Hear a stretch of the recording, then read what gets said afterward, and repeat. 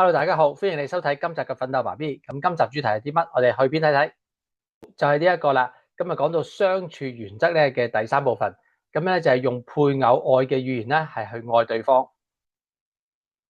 咁啊，呢一個咧係一個3年計劃嚟嘅，咁啊分別咧會梅花間竹咁樣講係信念啦、夫妻啦同埋理財嘅一啲主題。咁就喺我哋整體嘅規劃裏面咧就係呢3個部分嘅。咁啊，今個月咧就講嗰啲個夫妻嘅部分，咁啊下個月咧又會講呢個信念啦。咁啊，如果你覺得呢個頻道對你有幫助，就分享出去啦。好，咁我哋重溫下先。嗰陣時講咧，夫妻相處嘅原則一咧就係夫妻時間啦。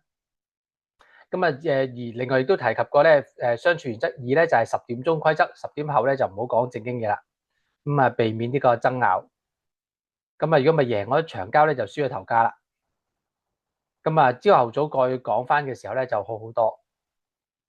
咁就另外咧就係今集咧就講咧用配偶愛嘅語言咧就去愛對方。咁可能你只要喺 YouTube 度打翻咧，你都會揾到咧呢個5種愛嘅語言啊，係啦，咁啊都已經有講到噶啦。咁對於我嚟講咧，去記住呢個愛嘅語言咧，就好似記住一套禮服咁樣咧，就叫做間接讚禮服。咁啊，包括咧就係我哋要同配偶有安排咗精心嘅時間啦。咁有啲咧配偶咧喜歡嘅係身體嘅接觸啦。咁啊有啲咧就係中意真誠嘅讚賞啊，有啲咧就中意小禮物，另外咧有啲中意細心嘅服侍咁樣嘅。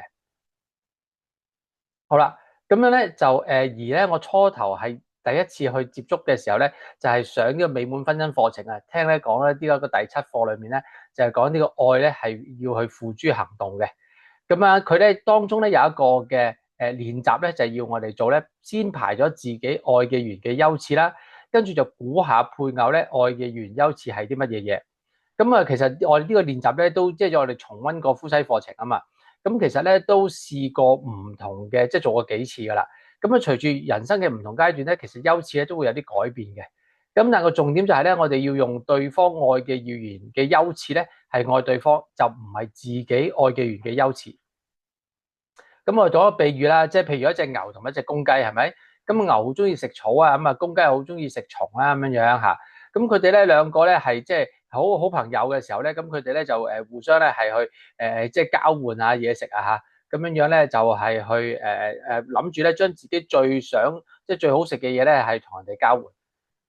咁啊點知咧就當隻即係雞嚇俾一條蟲隻牛食啦，咁隻牛又俾咗最新鮮嘅草隻雞食嘅時候咧，其實大家互相咧收到對方嘅禮物咧，見到嘅時候咧都即係無言以對啊嚇，都咧明明咧係俾咗最好嘅嘢對方，咁但係咧對方咧就收到嘅時候咧，其實卻係好唔開心嘅，即係無奈都可以表達晒啦。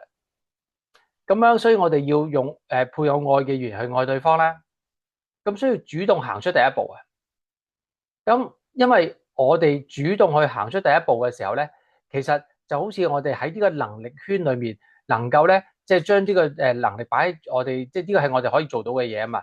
咁我哋嘅影響力咧會慢慢能夠即係放大嘅。咁啊，慢慢咧就會有盼望啦。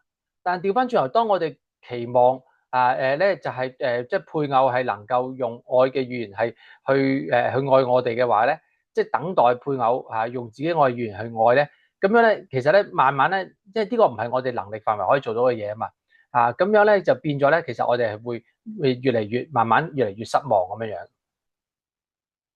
好啦，咁但係人啊都想被愛先㗎啦，咁點會即係一生無論順逆係咪都有能力去愛對方先咧？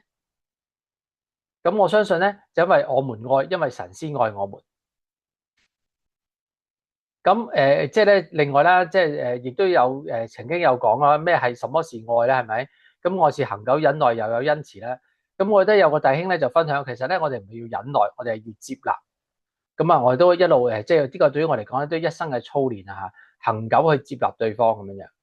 咁啊亦都咧呢一個愛篇有講到咧，最後一句咧就係愛是永不止息，即係咧好中意佢嘅英文翻譯叫 Love Never Fail。咁所以總結咧就係當我哋用配偶愛嘅語言去愛對方咧，咁啊記住呢套禮服啦，間接讚禮服啊，包括咧愛語言有時係需要時間啊，有啲咧係需要身體接觸啊，有啲需要真誠嘅讚賞，有啲需要小禮物，有啲需要咧細心嘅服侍。咁啊，當我哋專注喺我哋自己啦嘅能力圈範圍裏面，先去主動行出第一步去愛對方，咁樣咧，我哋慢慢咧會有呢個盼望。咁但係我哋有呢份力量去愛咧，都係因為咧要讓咧我哋經歷到神嘅愛先啊。因為讓我哋先經歷到神嘅愛，再透過呢份愛咧係去傳遞開去。